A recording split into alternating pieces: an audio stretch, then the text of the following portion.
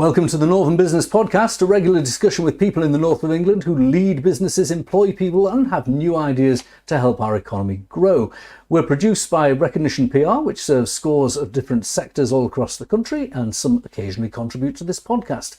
We're also sponsored by Virtue Motors, one of the top automotive retailers in the UK, with a network of dealerships representing some of the world's most popular brands. I'm Graham Robb in the studio today with Catherine Gardner from Constructing Excellence North East. We're going to find out about how the construction sector is doing, and particularly in light of today's some people call it an emergency budget, some have called it an economic statement from the Chancellor Rachel Reeves. Down the line, we've Richard Tang. He is a founder of Zen Internet. It's got some wonderful things that we can talk about with Zen Internet. It's a very established internet service provider, and I was looking at it on the internet, and Which magazine says that it's first out of 12 when it comes to internet service provider rankings.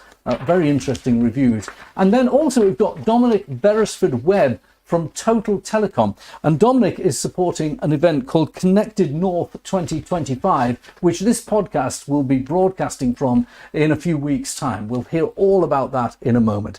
First of all, can I just start with you, Catherine? I don't know if you caught Rachel Reeves' financial statement, but one of the things that she did say was there's £2 billion going into housing.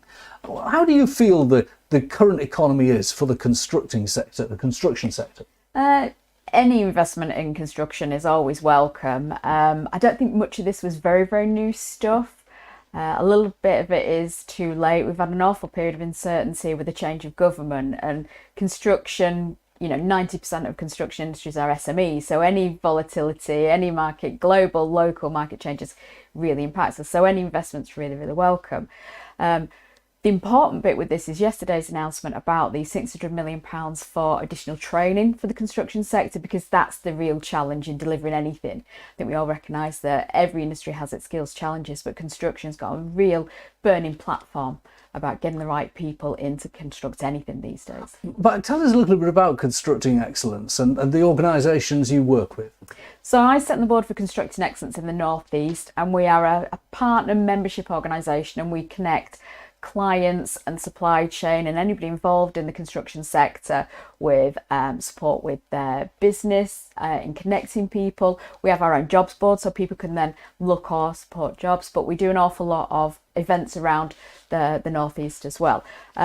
I sit on there because I've got 30 plus years working in construction myself. I'm a project director for K2 Construction Management, and we're delivering one of the largest projects in the Northeast at the moment, which is really exciting times. Great. Okay, well, let's talk to our other guests and introduce them as well. Richard Tang, Zen Internet. I tell you, I printed up Which report, and it is a pretty good review of Zen Internet. It would make you blush. It talks about how you don't always have promotional deals, but you keep the deals you have stable. This is what Which says about you. And it says that you offer 18-month broadband packages with speeds right up to 900 megabytes. And you also use two systems, OpenReach and City Fibre. This is what it says on your blurb on Which. How is business, and how does it feel all these years on since you founded Zen Internet? Yeah, thank you, and great to be on the show. Zen is actually the oldest internet service provider in the UK that still exists in its original form. It started in 1995 after I was sitting in a pub with my brother Dan, and I asked him if he thought the internet would take off, and he said yes. And yeah, so 30 years on, it's really good. Business is really good. We're growing, and we're profitable, we're debt free, and because I own the company, I'm able to make decisions for the long term, and also a real passion of mine is to focus on doing the right thing for people and the environment. So the purpose of Zen is do right for people and planet. That's our purpose statement. You're a B Corp company. That's what they call it now, B Corp. A B Corp. We are a B Corp, and B Corp is a global movement of companies that are trying to reinvent the economic and capitalist system to focus more on the well-being of people and the sustainability and the environment, and less on maximizing financial return to a select few shareholders at the expense of the majority and at the expense of the environment. So, I mean, the B Corp movement came out of the US.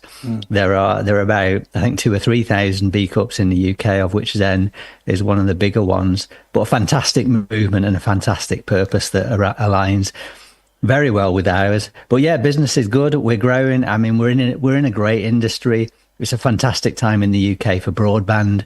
There's a big transition this decade over to full fibre broadband, and so yeah, lots of opportunity for us. So making the most of it and You've said enjoying the loads journey. of things that I want to drill down into, which just pause there. Let's introduce our other guest.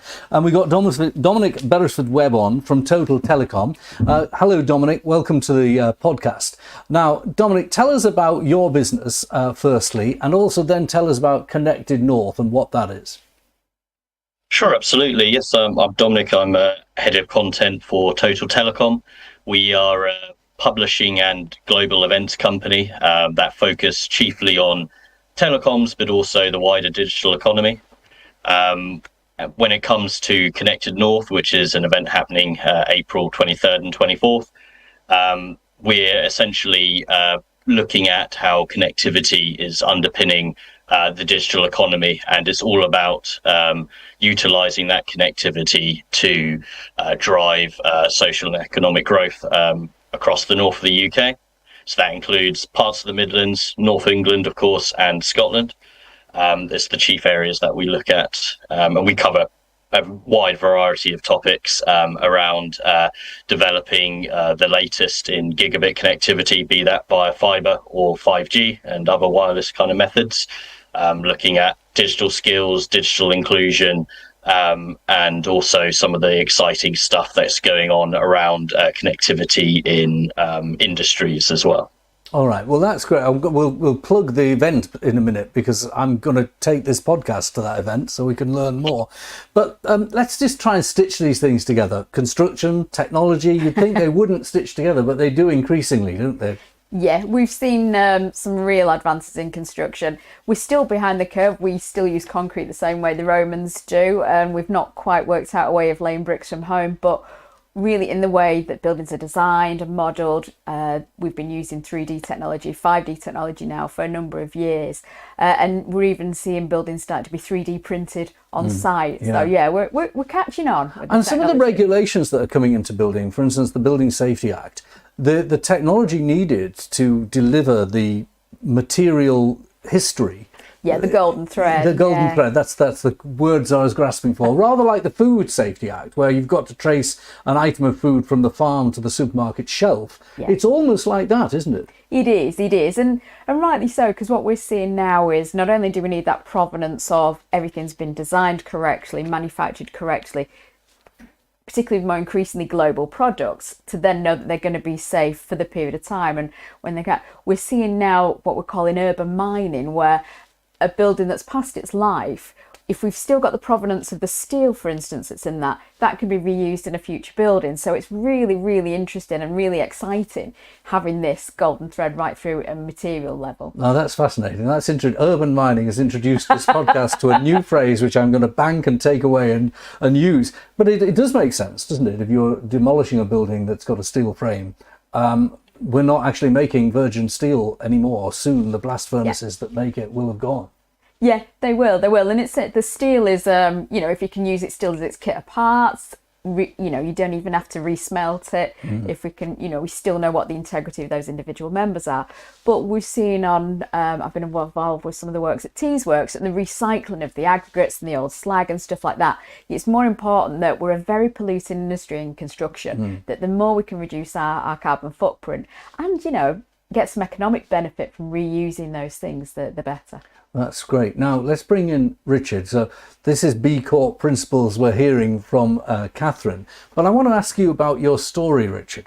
You founded this business 30 years ago, and I looked at your accounts today on Companies House, and I was genuinely impressed because you've kept a lot of money in your reserves, which really gives you a bit of strength, doesn't it?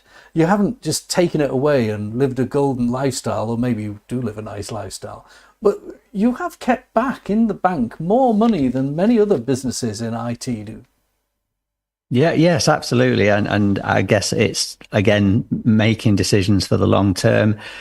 I mean, me personally, I have a fantastic life, but quite a modest life. And because of my, I guess, passion for doing the right thing for people, for the environment, that's what the purpose of Zen is. The purpose of Zen is to reinvest. So not to take money out of the company, but to continually reinvest, fuel the growth, do the right thing. So we're in an industry that at the moment is, because of all the build of full fiber, there is a lot of debt in the industry. So we're so fortunate now to be a debt-free business and able to invest for the long-term future.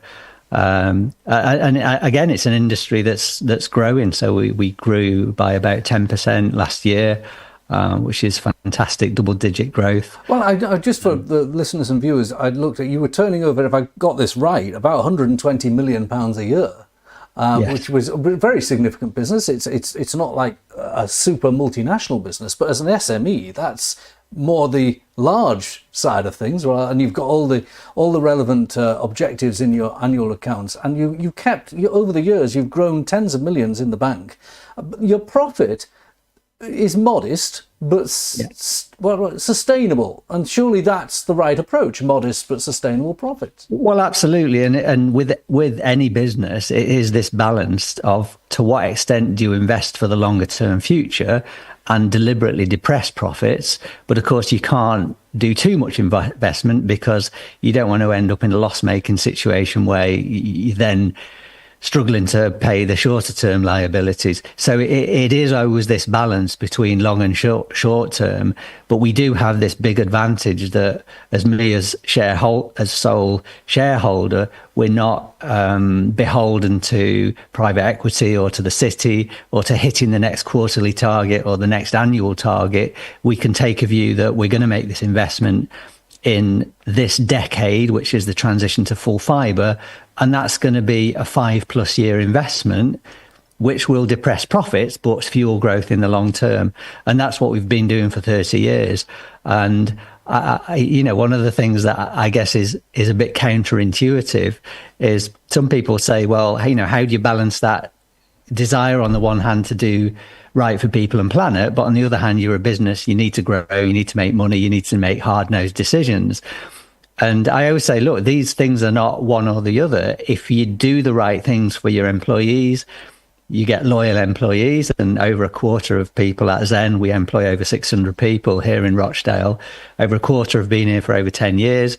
And those loyal employees provide a great service. So the customers are loyal, they stay with us, they recommend their friends, they recommend the businesses they work for. So you end up with actually a very commercially successful business by not focusing on the money, which is counterintuitive, but we've proven over the long term that it works really well. I think I can see my own business. I've been in business now 38 years, and just last year when I was in my 60s, I had someone knock on the door and asked if it could be bought, and I've decided not, because I'm enjoying it for a start, and let key staff gradually buy in over the next 10 years. Now that would be how I'd like my own business to be.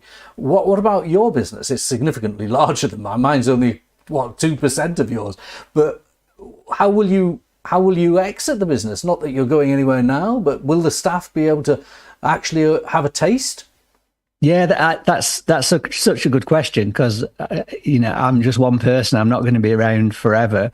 One thing again that does set Zen apart, and the reason that we are the oldest ISP in the UK, is because all of our peers back in 1995 have either disappeared or been bought up by other companies. So the natural thing to do for I guess an entrepreneur like me is you found a business, you grow it, and then there's a point where actually you can sell the business for a good sum of money, and you exit and you go sit on a beach for a while and you get bored and all that sort of stuff. And for me, that's of no interest to me whatsoever. So my plan is never to exit Zen until the day I die.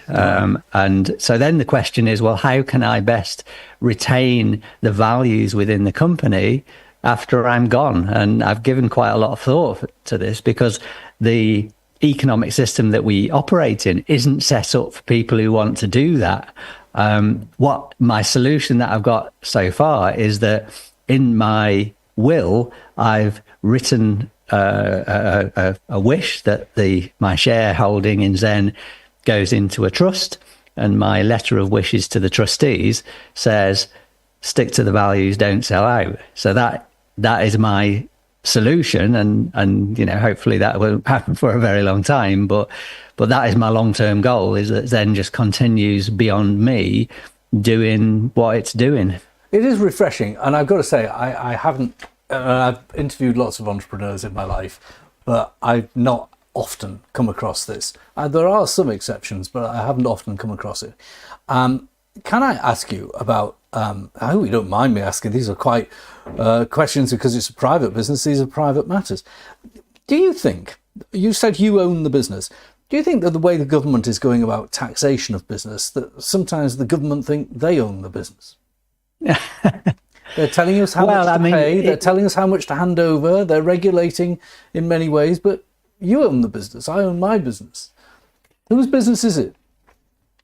Well, it's definitely my business. It's definitely our business in terms of the way we operate it. I mean, the governments are in this, I guess, difficult situation where every 4 years, the parties want to win the election, so they make a load of promises that they can't necessarily keep, that are not necessarily that well thought out. So this whole thing about, we're going to make everything brilliant, we'll invest in the NHS, we'll invest in that and that, we'll give a real boost to businesses, and we're not going to raise taxes. And so, of course, they make this promise, and it's like, okay, we're going to spend all this money on making the UK better. And are we, where are we going to get the money from? Well, we're not going to raise taxes. Is the tooth fairy going to just rock up with this big chunk of money? And then, of course, they get elected, and then they think, well, okay, how are we going to deliver this in practice? And they're scratching their heads, and something's got to give one way or the other. So I'm not going to put words in your mouth. I hear everything. You're giving a very candid, because you're an owner of a business, I'm an owner of a business. I don't worry to my other guests. I'm not going to ask you the same questions because you don't own your businesses. It's up to Richard if he wants to say what he wants to say. But I just feel a little bit pissed off, actually, that the businesses of this country are having to balance the books because we didn't expect it. And it's a bit of a shock to the system. The next month is going to be very expensive. You've got 700 staff. Was it 700 you said? Certainly hundreds. Yeah, so it's going to cost you a lot of money, isn't it? Well, I mean, the national insurance changes for sure are going to cost a lot of money, and that is going to be more money paid out for us. It's certainly a challenge in our enterprise business. So our enterprise customers are more reluctant now to spend money on upgrading their infrastructure, their networks, because they're aware that there's this big financial hit coming. So look, that is depressing business generally in the UK. And I think, having said that, as a business owner, I'm not in the camp where I'm going to blame the government. It's almost like the system is the system for everybody. We're in a free market economy. We've got the opportunity to compete and make a good business. We can still grow a business despite the increases in the national insurance and the other economic challenges that we face. And we just got to make the best of it. There's no point moaning about it, really. I agree with you. And I was talking to a very successful entrepreneur who runs a company just about the same size as yours before I came on the podcast today. And he was similarly pissed off with it. I am. But then he said, and he was quite right, if you whinge about these things, it's like a sailor complaining about the weather. Exactly. Businesses has to have taxation, they have to have interest rates go up and down, and you just got to get on with it. So a positive. Well, I'm going to bring Dominic in now because he's doing something positive about it. And please join this bit, Richard, because it applies to your sector. So Dominic, what is it positive you're doing in terms of this Connected 25 conference or event, rather? Sure. So, I mean, really, it's all started out with telecoms as a base here at Total Telecom and our connected events. But more and more, it's kind of moving towards everything that connectivity touches and how it underpins a digital economy and how it benefits, people, the consumers, on a kind of social level in terms of their digital access, allowing them to access, let's say, critical services online, but as well as now working from home, super important. But it goes beyond that to creating hopefully an environment across the north of the UK that's appealing for investment. It's about developing the economy and attracting inward investment, and making sure that the infrastructure in place is future-proofed, for one way of putting it. So that includes things like fibre in the ground. It also includes things like 5G and data centres as well, and all the things that feeds into, be it smart cities and IoT, smart industries, things around like 5G manufacturing and all that kind of thing. So it's really about social economic growth. So tell us about what the event is. How can people can come along to take part in it? Where is it? How do they get there? How do they ticket? Yeah, of course. Yeah, no. So it's 23rd, 24th of April at Manchester Central. We do have a free ticket program, and there are tickets that can be purchased as well. I would invite people to Google Connected North. You'll find it, and you can visit the website and take a look. And yeah, I'd highly recommend coming along. Richard Tang will be doing a keynote address on the day 2, April 24th. We also have great speakers from across public and private sector.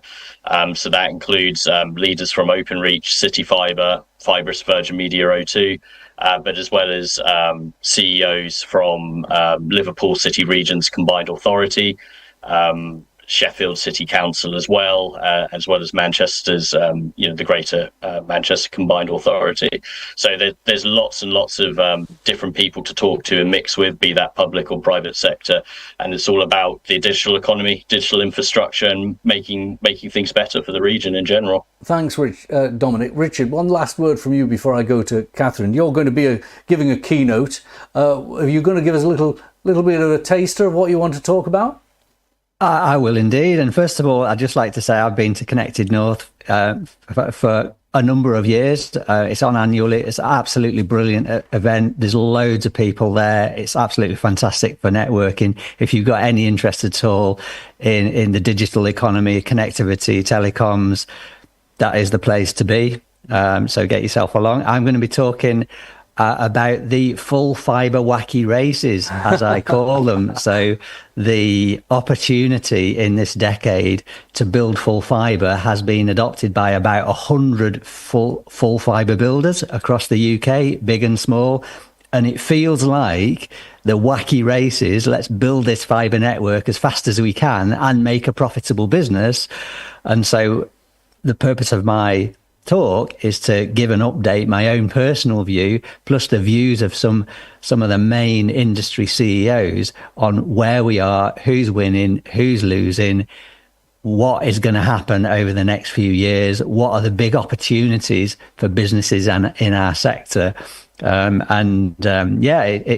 had good engagement in the past, so looking forward to doing that speaking slot on the beginning of the second day. Well, Richard, I hope I get the chance to meet you, because we're going to put a little coffee table and get our podcast live from there and record some bits and pieces, and it'd be great. And to be talking to the pioneer ISP in this country, the first and the longest lasting, it was a great privilege to hear your story and those wonderful attitudes you've got. So thank you both for joining us. I'm just going to give the last word to Catherine. Listening to them talking about the infrastructure of fibre and also 5G. Nowadays, when you're building your buildings for your clients, I suppose it is fundamental. Literally, you can change the value of a piece of land as whether it's connected, can't you? Yeah, it is. It's the fibre, telecoms, any utilities connection. And it's not just for the finished building.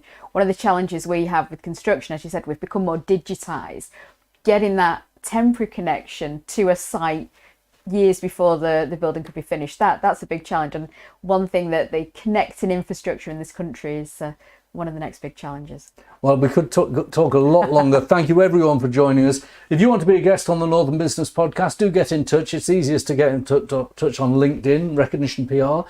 Thanks to our podcast producer, Alex Dryden, and our technical operator, Kieran Graham. Join us next time. Don't miss an episode by rate and subscribing on YouTube or wherever you get your podcasts.